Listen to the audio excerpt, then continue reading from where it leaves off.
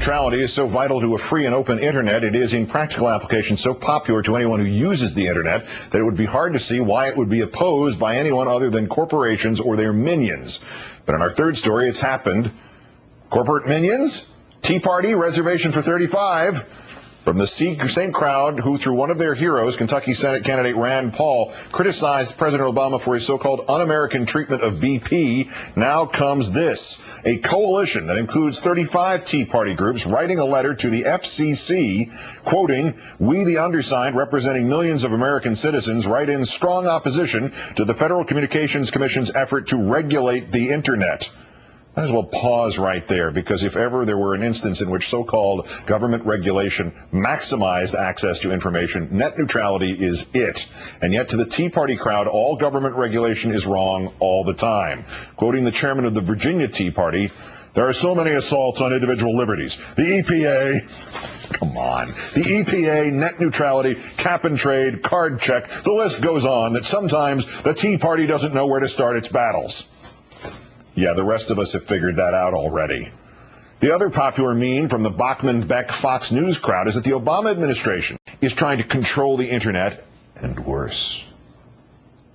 This is the Obama administration advocating censorship of the internet. Why? They want to silence the voices that are opposing them. Net neutrality has become a major issue, you will recall, because Google and Verizon have proposed a framework whereby the FCC would not regulate the wireless internet, which would allow big companies like Google and Verizon to play favorites as to who and what gets the fastest, easiest pipeline. But the FCC could, under at least one reading of its authority, ensure that net neutrality extends to the wireless internet as well as to the wired internet. Let's call in the managing editor of ThinkProgress.com, Amanda Terkel. Amanda, good evening. Hi, thanks for having me. These 35 Tea Party groups write a letter against net neutrality, but wouldn't, if you explain this fairly carefully to actual Tea Partiers, whoever they might be, wouldn't they want net neutrality, if only as protection against getting their own websites bypassed or priced out? So I couldn't believe when I read this letter. I thought it was opposite day on the internet or something. I mean, net neutrality is so good for the Tea Parties. It's largely how the Tea Parties came about, because you can access their site just as quickly and get information from it as quickly as you can from CNN and the New York Times. So they're completely shooting themselves in the foot, and net neutrality is something the Tea Party should be fighting for. And in fact, without net neutrality, I mean, the Tea Party as an example is one thing, and a practicality is one thing, but as a precursor, doesn't the internet become far less hospitable to any kind of grassroots movement in the future if there is no net neutrality, if there is, in fact, are different lanes, speeds, prices? Absolutely. Without net neutrality, what can happen is that a small Tea Party group in some state in the country will decide to start a website, but it may be slower because they don't have the money to pay the internet service providers to make their site go faster. So you won't be able to go to their site as quickly, and you'll probably get frustrated and won't go to one of the large corporations that are able to pay to make their site go quicker. So net neutrality is all about preserving free speech, and net neutrality is really good for the Tea Parties. Without net neutrality, the Tea Party would not have been able to get its message out as quickly. How are they selling this to their own members? That this is what is the benefit? What is the benefit to them? Since it's about them, what is the benefit to somebody in a Tea Party to eliminate net neutrality, other than some sort of symbolic us versus them victory that they don't really understand? Is there any pitch to their own membership?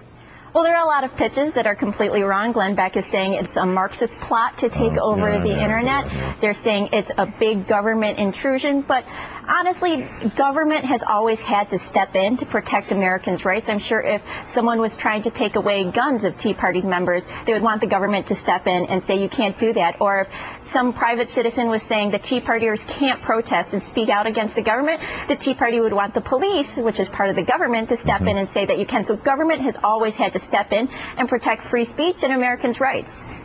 By the way, for the Marxist, Marx is dead and he was a lousy thinker. This argument, though, against net neutrality lumps this issue into the aversion of big government. It frames it as another instance of supposed overreach from Obama, and it claims that it's infringement of free speech. Which of those arguments could be the most potent politically, do you think? Well, I'm going to choose none of the above, Keith, because I just think all of these are completely ridiculous. If you sit down with any Tea Party member and say, look, do you like the internet the way it is? well, then you should go for net neutrality. Do you want to be able to access your Tea Party websites for free, or do you want to have them go slower because you don't have the money to pay an internet service provider to make them go faster? I think this is very clear cut that we need the government to step in and make sure that these corporations who want to line their pockets can't just step in and mess with what the internet has been for Americans so far. Lastly and quickly, Amanda, is this going to fit into the midterms in some way, classic left-right, or is it more complicated than that? It shouldn't fit into the midterms. It's a completely bipartisan issue. We have MoveOn.org and SEIU on the left supporting net neutrality, and we also have the Gun Owners of America and the Christian Coalition on the right supporting it, so it's completely bipartisan. Except for the Tea Party. Amanda Terkel, the managing editor of ThinkProgress.org. Good to see you. Thanks for your time. Thank you.